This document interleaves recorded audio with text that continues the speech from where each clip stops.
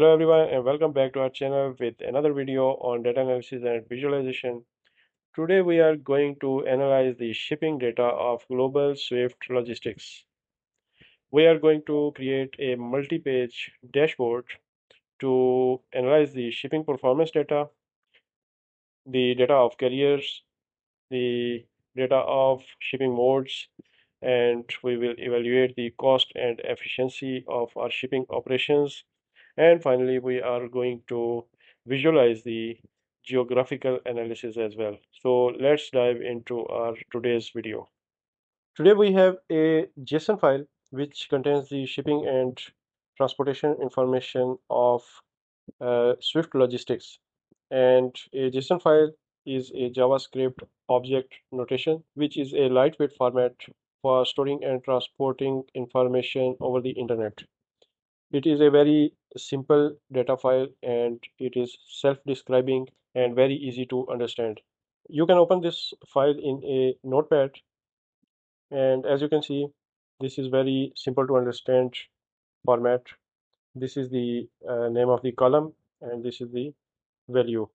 So the shipment ID, this is the date, this is the name of the carrier, this is the mode of transportation, origin country, destination country, and so on. However, if you have applications like uh, Visual Studio Code or Notepad++, you can take advantage of those applications and make it more understanding because the JSON format will appear in these notepads in colorful way. So all column IDs have been highlighted in different colors and data is highlighted in a different color. So we can clearly see that this is the shipment ID column and this is the date column, this is the carrier and so on. And today we are going to import this data into the Power BI application. So let's open our Power BI application and we need to go to the get data menu and click on the more button, and here we will search for JSON. So this is the file type that we are going to open. So let's click on the connect button, and now we can select this file and click on the open button. And now we have the preview of our JSON data in tabular form, which means that the data is loaded in Power Query and we can make any transformations or we can make changes to this data here. And if we do not want to make any changes, we can click on the close and apply button, and then this data will be loaded into the data pane right here.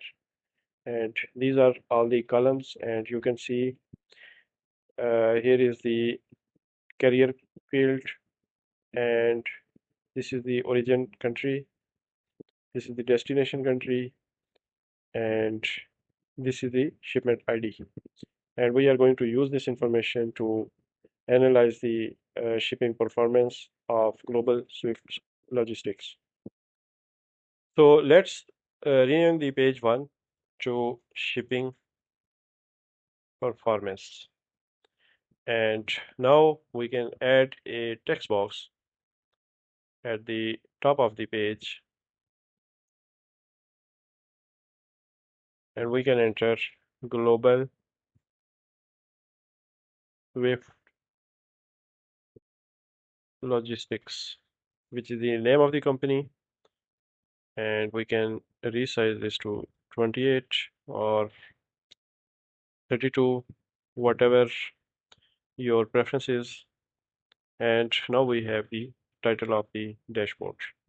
So now we will add a card and we will place it here, and let's add this and change it to count.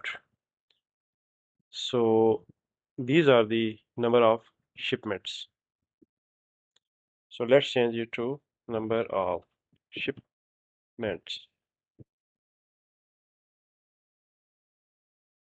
And since we are going to use multiple cards, so let's change the width of this card to 256. And this way we can place 5 cards here. So as you can see, these are perfectly placed here. And now in the next card, we want to show the percentage. And we want to make it dynamic so that if, for example, we select the is fragile true, then the percentage of uh, fragile items is displayed here. And if we select, for example, on-time delivery, yes, then the percentage of shipments delivered on time will be displayed here. And for that, we need to add some calculations. So let's go to the table view and let's add a new column. And let's call this column percentage. And the formula is very simple. We need to divide the total number of rows where each row represents a shipment by 1. So 1 divided by count rows all, and let's select logistic, and there you go. Now we have a percentage of each shipment, and whenever we select any of these values, we will see the percentage of that particular value. So let's change this to percentage, and let's get back to the report view, and let's replace the number of shipments with percentage. So as you can see, now we have 100% here, but let's check if we select on time to true. And now you can see that it is 69.47%. And if we select false, it is 30.53%, which means that the percentage is working. So let's delete this. And in the next card, we will calculate the average transit days. So let's replace this one with the average transit days by changing this to average and renaming it like this. And now we have average transit days. And now we are going to display the freight cost. So let's bring in the freight cost field and let's change it to freight cost. And in the final card, we are going to display the average rating. So let's change it to average and rename it to average customer rating. So these are kind of key performance indicators, and these show the performance of our logistic operations. And now we are going to add some filters to dynamically change the values of these key performance indicators. So first of all, let's add carrier, and let's use the button slicer and place it here. So now we can select a carrier and we can see the data changing, and we can make our slicer select multiple values as well. So let's uncheck this one, and now we can select multiple carriers. Next we can add uh, the is fragile field, and again we can choose the button slicer and place it here like this. And the next field is mode, and we can again select the button slicer and place it here, and we can change the layout, and now it is much better. We can also change this to 2. Now the buttons are stretched and have filled the entire slicer. And the next one is on-time delivery. This is the most important one, and we will place it here. And let's change the layout to show 2 columns, and we can also add product type. We can change the layout to show 2 columns and place it here. There you go. Now we have filters that we can use to dynamically change these values. So as you can see, out of 190 shipments, we have 132 shipments that have been delivered on time, and these are almost 70% of the entire deliveries. And we can also see that the 30%, 30.5% of shipments were delayed, were not delivered on time. And we can also see that DHL delivered 62 shipments and 65 shipments were delivered by FedEx, and UPS delivered 63 shipments, and we had 138 shipments that were not fragile and 52 which were fragile, and electronics were marked as fragile items. And we can also select mode of shipment, and 25 shipments were delivered using air freight and 22 were delivered using sea freight, and so on. So these are the filters, and this is the key performance indicators which are displaying information based on what you have filtered here. And finally, let's add a line and column chart to this dashboard. Let's place this visual here, and let's add date to x-axis. We can also create hierarchies of this date field using this menu, and we can add transit days, average transit days to the column y-axis,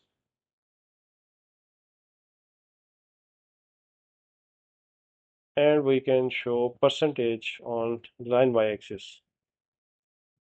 So if we select on-time delivery to true, these were the average transit days, and these are the percentage of shipments that were made that were delivered on time.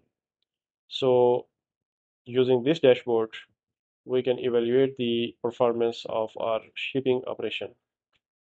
Now let's add another page and rename it to carrier performance.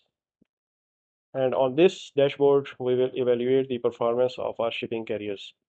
So first of all, let's copy these visuals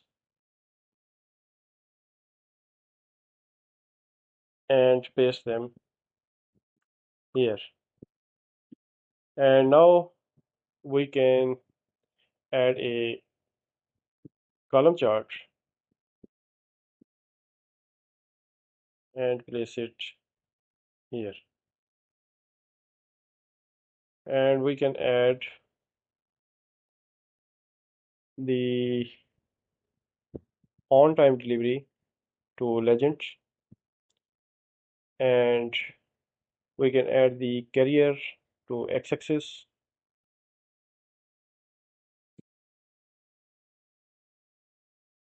and we can add the shipment ID here, and we can change it to number of shipments. Let's change it to these charts.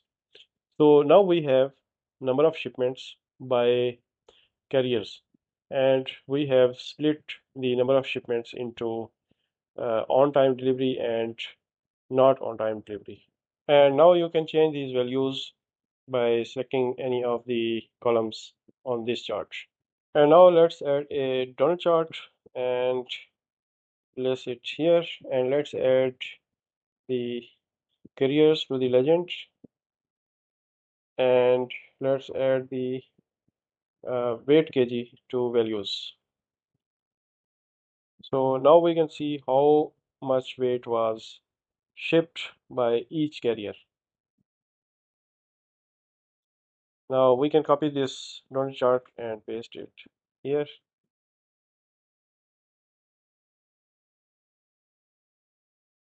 And we can add the transit cost instead of weight. So now we have the cost of shipment incurred to each of the carriers right here. And we can copy again and paste the chart here, and we can change it to this chart, and we can show the transit days. So these are the average transit days took by each carrier to deliver our shipments. And once again, let's copy this chart and place it here, and we can add customer rating. So this will truly tell us the performance of each carrier as their shipments are rated by the customers. So we can see that the UPS is rated highest. We can also change it to average. So now we can see that UPS is rated highest, 4.06. And next is the DHL, which is rated 3.94, and finally FedEx, which is rated 3.88. So this dashboard will tell us the performance of carriers, and we can use each of these charts to filter data in other charts, including the KPIs shown above. For our next dashboard, we are simply going to duplicate this dashboard and rename it to mode performance. And we are going to replace this carrier field in every chart with mode.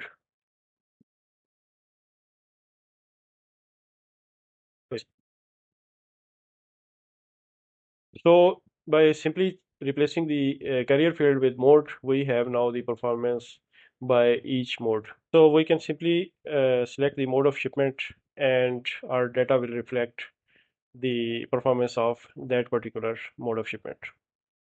So now let's duplicate this dashboard and rename it to cost and efficiency. And let's remove all these visuals, and let's add a single scatter chart. Now let's add the date field to values, and then let's add the transit days to x-axis,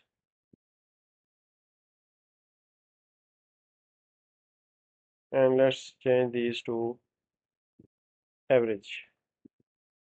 Then let's add the freight cost to y-axis, and finally let's add the mode to legend. And there is one more thing. We can also add a field to reflect the size of each shipment. And what could be more appropriate than the weight kg field? So now we can see that which shipment was carrying more weight. So we can see here that these were the shipments that were delivered using sea. So these have larger sizes and more transit days, while these were delivered using air freight, and these were delivered relatively quickly, and they have moderate sizes. And these are the smallest in weights. they were express delivery, and these were delivered using standard mode of shipment. So now we can see each mode of shipment and their weights and the transit days, etc. And this is a nice visual that uh, displays the performance of our modes of shipments. And finally, we are going to perform some geographic analysis.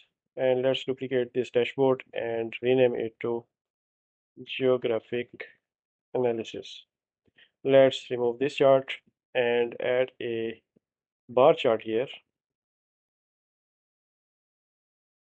And let's add destinations to y-axis and the same destinations to x-axis as count.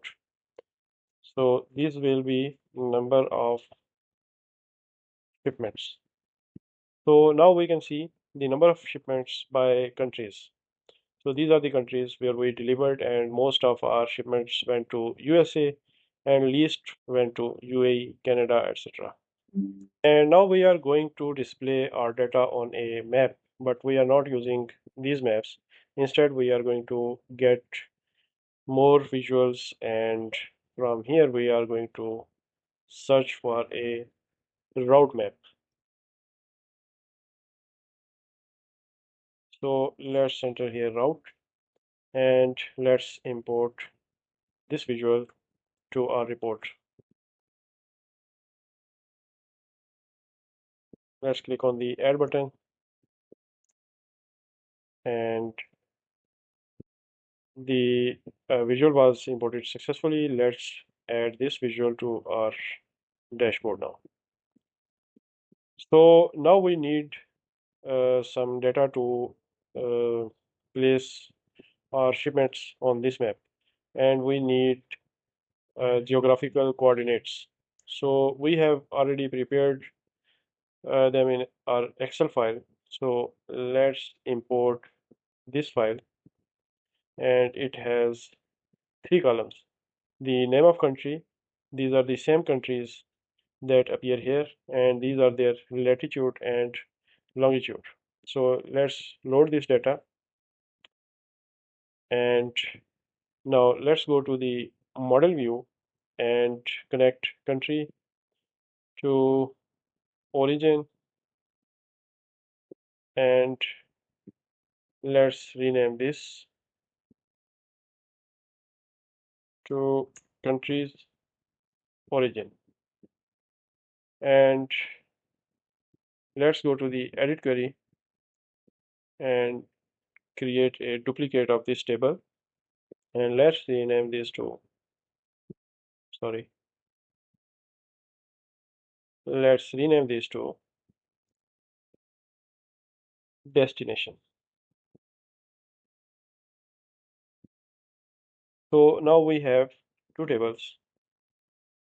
So let's map this country field to the origin, sorry, destination. So these are the destinations. So now we have the coordinates of both origin and destination countries. So let's go ahead and go to the table view, and now we will add some fields here. So let's add a new column and call it origin latitude, and let's use the related function and import the origin latitude. Then we will add another column and call it origin longitude, and let's import the origin longitude, and similarly we will add another column named destination latitude,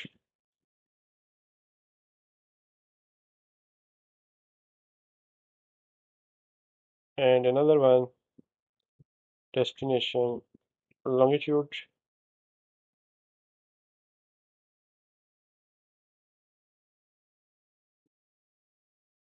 And there you go. Now we have all the required fields to draw our shipments on this chart. So now let's import the origin field to the origin area and origin latitude and origin longitude and then destination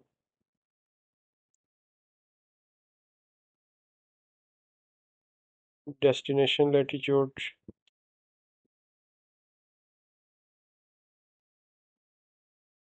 and in the legend we will display mode, and in the line width we will display weight kg, and this is it. Now on this map we can exactly see our shipments going around the world.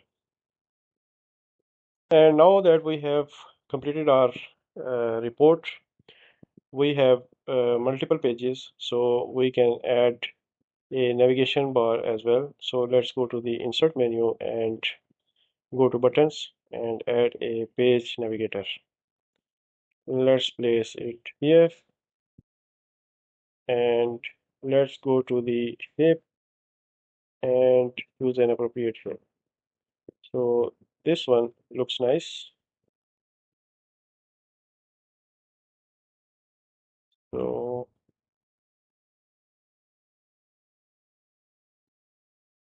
this looks okay. So let's copy this and paste on all pages.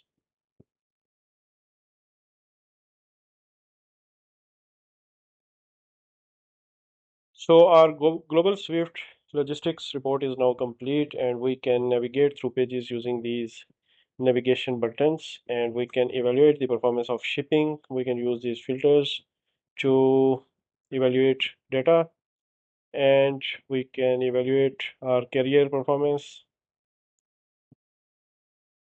and we can evaluate the performance of our modes of shipment,